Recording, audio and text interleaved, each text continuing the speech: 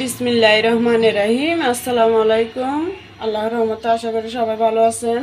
এই যে আমি হাঁড়ি বসাইছি চুলায়। এখানে হাঁড়ি গরম হওয়ার পর সয়াবিন তেল দিয়ে দিলাম। এখন পেঁয়াজ কুচি দিয়ে দেব। আর আমি আজকে রান্না করব বিসমিল্লাহির রহমানির রহিম। আজকে রান্না করব আপনার মিষ্টি কুমড়ো দিয়ে, পাকা মিষ্টি কুমড়ো দিয়ে গরুর মাংস রান্না করব। তাই আপনাদের সাথে শেয়ার করতেছি। পেঁয়াজটা আগে দিই, একটু চিনি দিয়ে লাল লাল করে ভেজে নেব। দেখুন, এবার একটু চিনি দিয়ে দেবো সামান্য করে, এটা লাল লাল করে ভেজে নেব। এই যে পেঁয়াজটা লাল লাল হয়ে গেছে, এবার আমি তুলে নেব।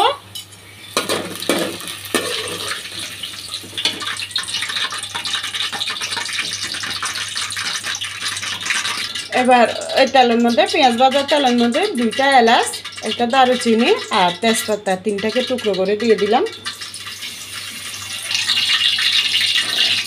এবার দিয়ে দেবো 1.5 চামচ, না 2 চামচ রসুন বাটা, 1.5 চামচ আদা বাটা, ছোটো 4 চামচগুলো, আর আবার একটু পেঁয়াজ দিয়ে দেব।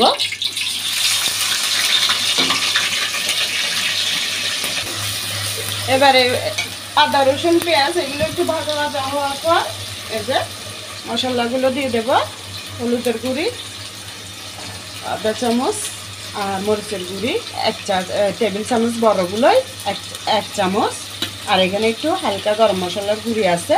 এখানে তরকারি রান্না অনুযায়ী লবণ দিয়ে দেব। এই তো একটু নাড়ার পরে এবার দিয়ে দেব পানি।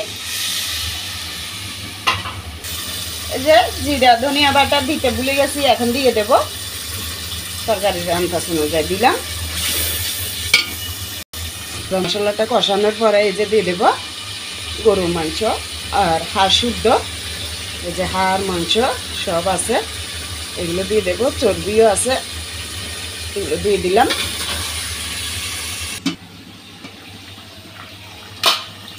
দেখুন, এটা আমি প্রায় 20 মিনিটের মতো এভাবে কষিয়ে নিয়েছি মশলা দেওয়ার পর। আপনারা দেখছেন, এরপরে সামান্য একটু পানিও দিছি। পানি দেওয়ার পর এভাবে আস্তে জালে, মাঝারি জালে আমি এইভাবে কষিয়ে নিয়েছি।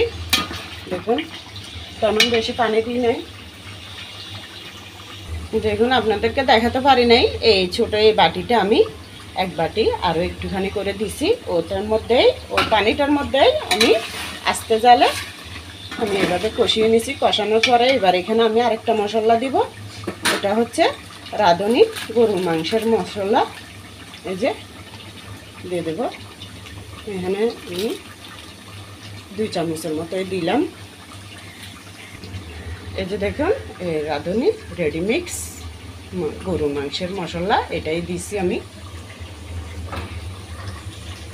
এই যে এবার দিয়ে দেব মিষ্টি কুমড়োগুলো, এভাবে কেটে নিছি আমি, এগুলো এখন দিয়ে দেব।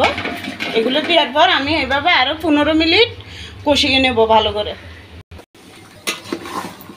এই যে দেখুন, মিষ্টি কুমড়ো দেওয়ার পরে আমি আবারও 15-20 মিনিটের মতো এভাবে কষিয়ে নিলাম। দেখুন কত সুন্দর হয়েছে, এখানে তেল বসে গেছে, বের হয়ে গেছে।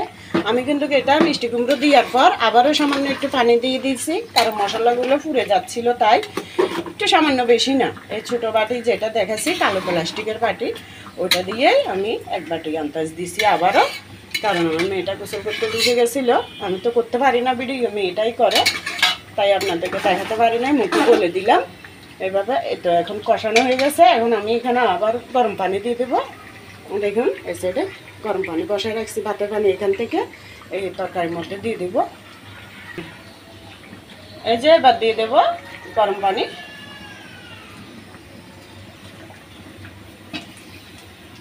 দিলাম, আর 1 গ্লাস দিব, 3 গ্লাস দিয়ে দেবো। একটু ঝোল ঝোল রাখবো, কারণ এটাই আজকে খাবার দুপুরে।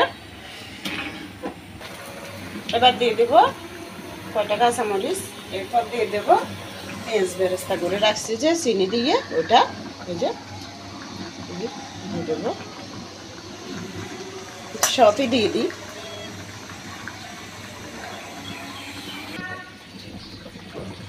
এই যে এবার দিয়ে দেবো টমেটো কেটে রাখছি 2টা, এগুলো দিয়ে দিলাম। দেখো কি সুন্দর একটা গ্যারান বের হয়েছে। এগুলো আমাদের রোজার ঈদের সময় সানলাইটের দিন আনছে ভাগা মাংস, ভাগা হিসেবে 2 ভাগা নিয়েছিল।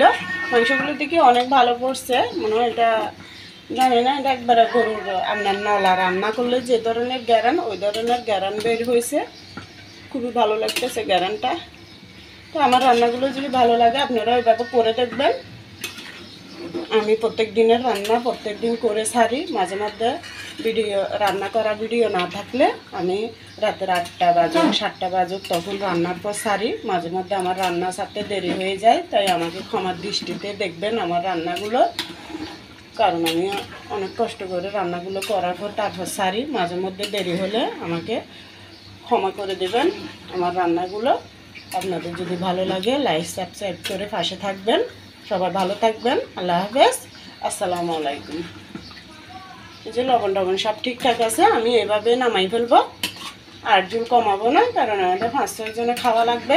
এতটুকু ঝুল না রাখলে আজকে বাসি তরকারি আছে কিছু, এটা আর এটা দিয়ে চলে যাবে, তাই একটু ঝুল রাখলাম। বাসি তরকারিটা শুকনো, তাই এটা ঝুলটা রাখতে হয়েছে আমার। আবারও সবাইকে আসসালামু আলাইকুম, আল্লাহ হাফেজ।